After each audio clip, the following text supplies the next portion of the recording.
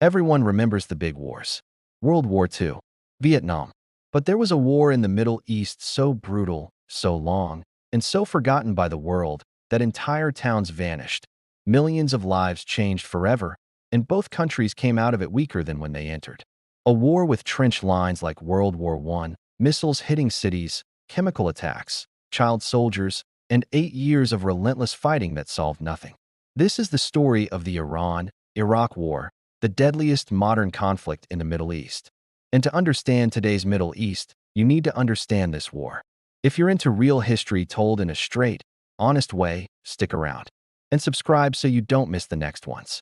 People think long wars begin with big dramatic moments. But this one started with fear, pride, and two leaders who didn't trust each other. On one side, Saddam Hussein, Iraq's strongman. Calculated, paranoid, hungry for power. He saw himself as a new Arab hero. On the other side, Ayatollah Khomeini, the spiritual leader of Iran after the 1979 Islamic Revolution. Tough, uncompromising, fresh out of overthrowing a monarchy. The revolution shook the entire region.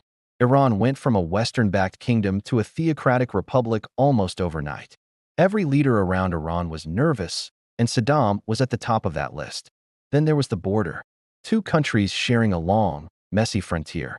The Shatt al-Arab waterway, a narrow channel where the Tigris and Euphrates meet, was a constant source of tension. Both sides claimed it. Both sides needed it. Adding years of small clashes, assassinations, and both governments supporting opposition groups inside each other's borders, and you had a pot ready to boil. Saddam believed Iran was weak. The revolution had cleaned out Iran's military. Officers jailed. Some executed. Equipment neglected. He thought it was the perfect time to strike. On September 22, 1980, he launched a full-scale invasion. He believed he'd win in weeks. He was wrong. Iraq's opening move was a massive airstrike, trying to cripple Iran like Israel did to Arab states in 1967. But Iran had scattered its planes. The surprise attack didn't land the knockout punch. Then Iraqi troops moved in by land. They captured border towns. They pushed toward oil-rich Khuzestan. Saddam was certain the local Arab population would welcome them. They didn't. Iranian villagers and people who barely spoke Persian fought back with whatever they had. Iran was in chaos.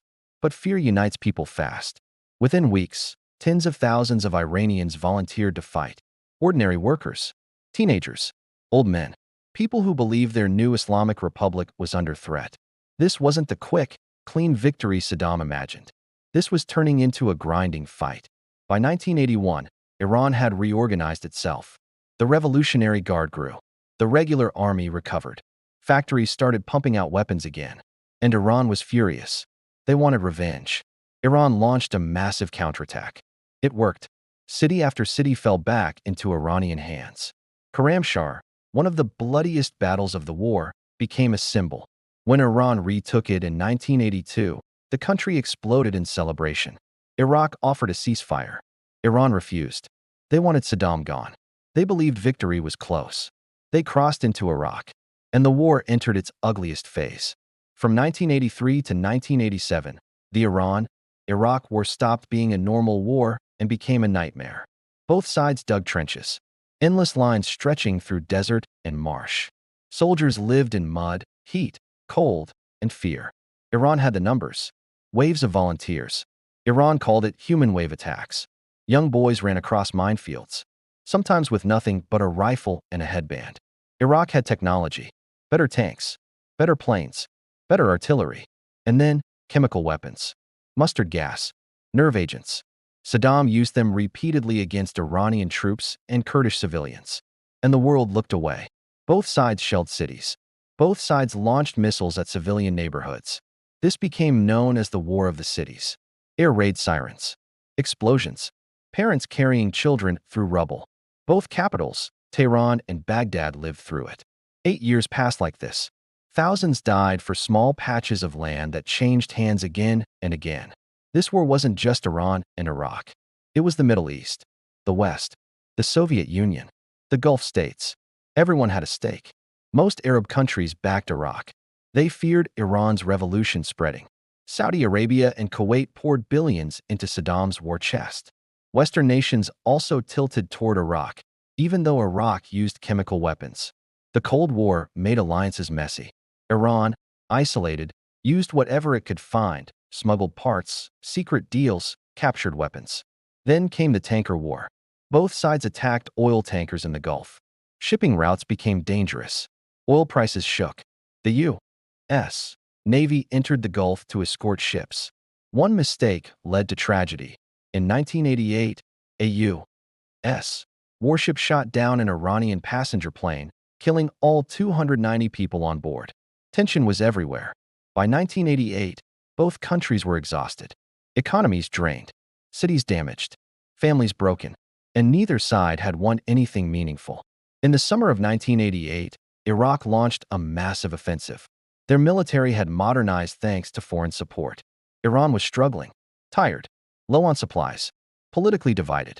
Iran agreed to a ceasefire. Ayatollah Khomeini said accepting peace was like drinking poison. On August 20th, 1988, the war officially ended. No territory changed hands. No clear victor. Just two nations with a shared trauma. The war left. Over 1 million dead and wounded. Cities destroyed. Economies shattered. Refugees scattered across borders. Generations traumatized. And the political landscape of the Middle East shifted. Iraq emerged heavily in debt, especially to Kuwait, which played a direct role in Saddam invading Kuwait in 1990, leading to the Gulf War. Iran emerged more united internally, but deeply mistrustful of the outside world. This 8-year conflict didn't just shape two countries. It shaped the entire region for decades. If you made it this far, you're the kind of person who likes real history told straight. No sugarcoating. No drama for the sake of drama. So hit subscribe. There's a lot more coming: forgotten wars, hidden stories, and deep dives the big channels don't bother covering. And if you want the next one to drop faster, tell me in the comments which conflict or historical moment you want covered next. Thanks for watching.